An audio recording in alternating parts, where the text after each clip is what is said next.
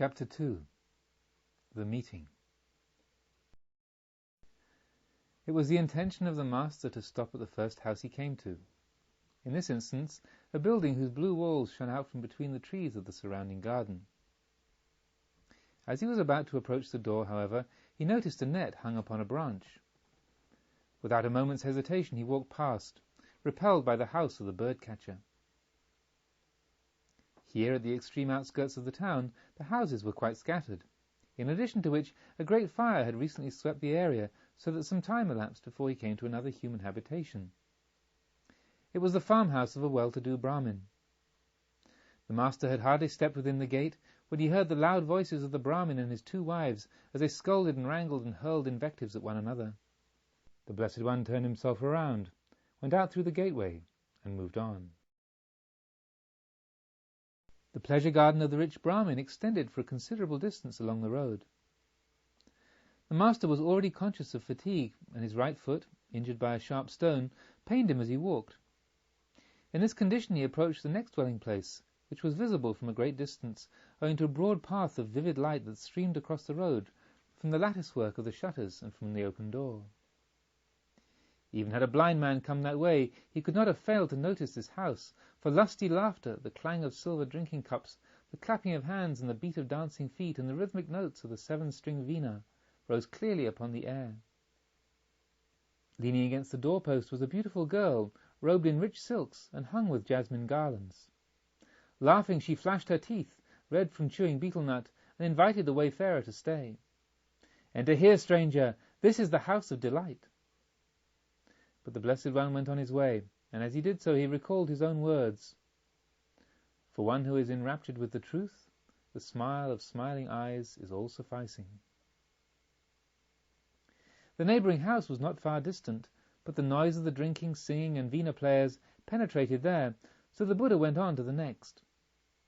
Beside it, two butcher's assistants were hard at work by the last glimmer of daylight, cutting up with sharp knives a cow they had just slaughtered. And the master moved on past the house of the butcher. In front of the one following stood many dishes and bowls, freshly formed from clay, the fruit of a diligent day's labour. The potter's wheel stood under a tamarind tree, and the potter at that moment removed a dish from the wheel and bore it to where the others lay. The master approached the potter, greeted him courteously, and said, "If it's not inconvenient to you, respected friend, I would like to spend this night in your guest hall." "Oh, it's not inconvenient to me, sir, but at this moment another seeker like yourself, a wanderer who has arrived from a long journey, has already moved in there for the night. If it's agreeable to him, you're welcome to stay, sir. It's up to you." The master reflected. Solitude, it is true, is the best of all companions, but this good pilgrim has arrived here late, just like myself, tired from his wanderings. And he also has passed by the houses where people follow unwholesome and bloody livelihoods, past the house of wrangling and strife, the house of clamour and unholy pleasure, and he has not rested until he entered the house of the potter. In the company of such a man, it's possible to spend the night. So the Buddha entered the outer hall, and there he perceived a young man of noble bearing, sitting in a corner on a mat. "If it's not disagreeable to you, friend," said the master, "I would like to spend the night in this place." "The hall of the potter is spacious, brother. Please stay here if you wish." The master thus spread out his mat close to one of the walls and sat down with his legs crossed, his body perfectly upright, focusing his mind in deep meditation. The Blessed One remained sitting in this way during the first part of the night.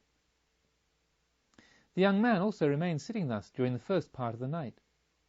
Seeing this, the Buddha thought to himself, "I wonder whether this noble youth is happy in his search after truth.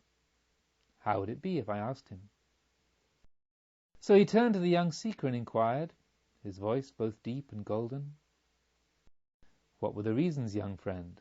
What were the causes that encouraged you to choose the life of homelessness?" The young man answered, "The night is yet young, venerable sir. If you are happy to lend an ear, I shall gladly tell you why I have chosen the life of the spiritual seeker." The Blessed One gave assent by a friendly movement of his head, and the young man began to tell his tale.